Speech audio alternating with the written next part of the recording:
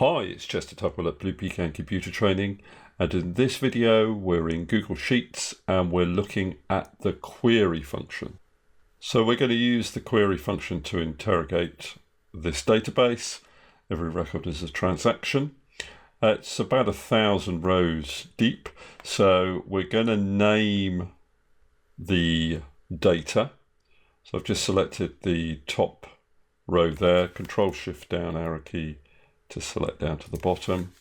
To give it a name, go to Data, Named Ranges, and then up here, top right, I can call it Transaction Data. Now, why am I doing this? Because it just makes it easier to refer to within the query function.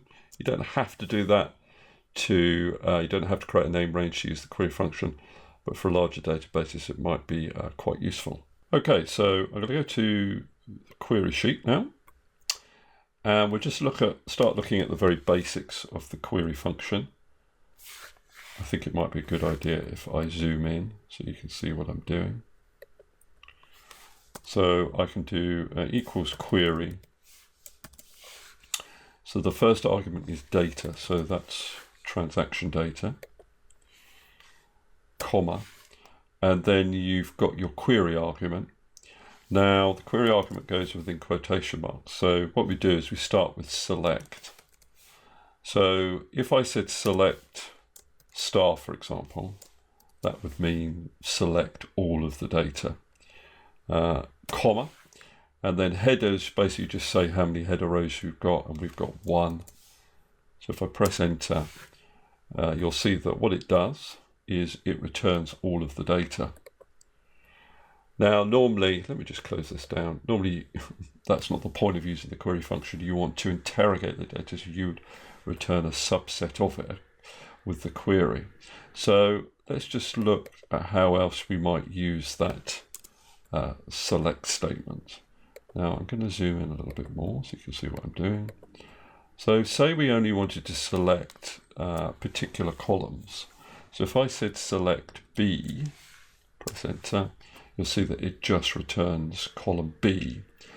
Now we don't just want B, we want a few of the columns. In fact, we want B, C, D, E, B, C, D, and E, and we want J, B, C, D, E, and J. So what I can do is just separate those column letters with a comma, and I press enter, and you can see it returns all of those columns. Just need to widen the columns a bit so you can see the all of the data in it. But that's basically what the select function does. It tells Google Sheets which of those columns you want to return with the query. Okay, so the next step is to only show transactions from particular branches. In fact, we want to show transactions from Hull and Bristol, not the other branches. So I'm going to go back to my formula, and I'm going to say after select, after I specified which columns I want to return, I'm going to say where column D. Now column D is where the branch names are stored in the original dataset, the transaction dataset, where D equals Hull. Now, Hull is a text value, so you've got to put it in single quotation marks, where D equals Hull. So if I press enter, I just get the Hull transactions.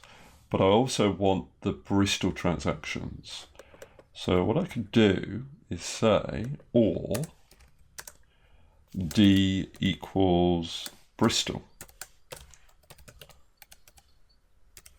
or D equals Bristol, press enter, and I get the Hull and Bristol transaction. Let's take it one step further. So what we want is, for the Hull transactions, we only want transactions that relate to Jamie Oliver products. So you'll see there's a few of those, Hull, Jamie Oliver. And for the Bristol transactions, we only want transactions that relate to Basics products. So we've got to do some sort of partial match, a begins with match on the product column. Now the product column is column E in our data, column E in our data. So let's see how we can do this. So what we're going to do is we're going to say where D equals hull and E, and we can say like, this is if we want to do a partial match, and our criteria is J Oliver. And what to use a wildcard in this context, in Excel you use an asterisk, but in Google Sheets you use the percentage sign. Okay, so let's just try that. So where E like J Oliver. Now if I press enter, what you can see now is for all the Hull transactions, if I scroll down, Hull J Oliver, and that would be the case all the way down. So I'm actually specified here an AND criteria. So had to meet two criteria. D had to be Hull and E had to begin with J Oliver. So let's do the same for Bristol. So D equals Bristol and E like, single quotation marks, and we said basics, percentage sign, close single quotation marks, and I press enter, and you can see now for the Bristol transactions I only have the basics branded products, and if I scroll down you can see that that is the case for all the transactions that have been returned. Okay, so I've deleted the original, well, the existing where criteria, and I want to look at how to do where criteria for dates. So we're going to say where B, column B in our original data contains our dates, and we're going to say greater than equal to. Now to specify the date, what you do is you precede the date with the word date, and then in single quotation marks you put your date in this format: year dash month dash day. Press enter, and you can see it returns those correct dates for you. If I scroll down, you'll see you've got 2017 and then eventually 2018 transactions. So I'm back at the top of the list again, and what I want to do here is to get the dates to be in a specific order, ascending order and then descending order. So we're going to say order by, and then the column within your original data that you want to sort the data by. So if I press enter, you can see that I've got the dates in ascending order. So scroll through there, you can see that that's the case. Now if I want them in descending order, all I have to do is just say DESC, and then you get the dates in descending order. So just look at that again, order by B, DESC, descending order. Okay, we're going to do something slightly different again. Now what we want is for every branch a count of transactions and a sum of transactions. So let's just get rid of the select where criteria as it is. So we're going to say select. Now the branches are in column D, so we definitely want column D. So we're going to say select D, comma, and what we also want is the revenue. Now the revenue is in column J, as you can see there, column J. But rather than just stating J, we're going to state that we want a calculation on a J. So we say comma sum J, and also count J.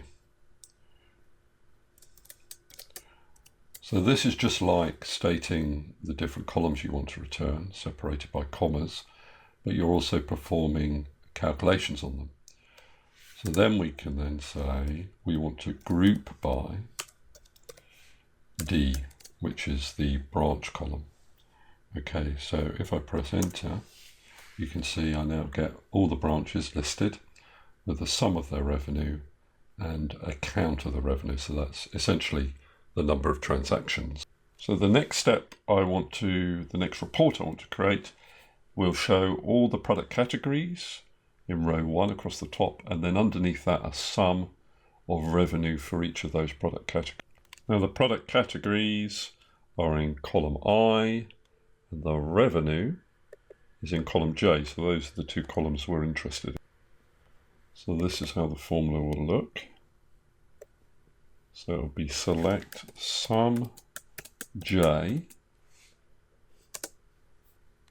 and then pivot I. And there we have it. We have the categories across the top and then a sum underneath. We have only just scratched the surface in terms of what the query function can do in Google Sheets, but I hope you've enjoyed the introduction to it. Thank you very much for listening. It's been Chester Tugwell at Blue Pecan Computer Training.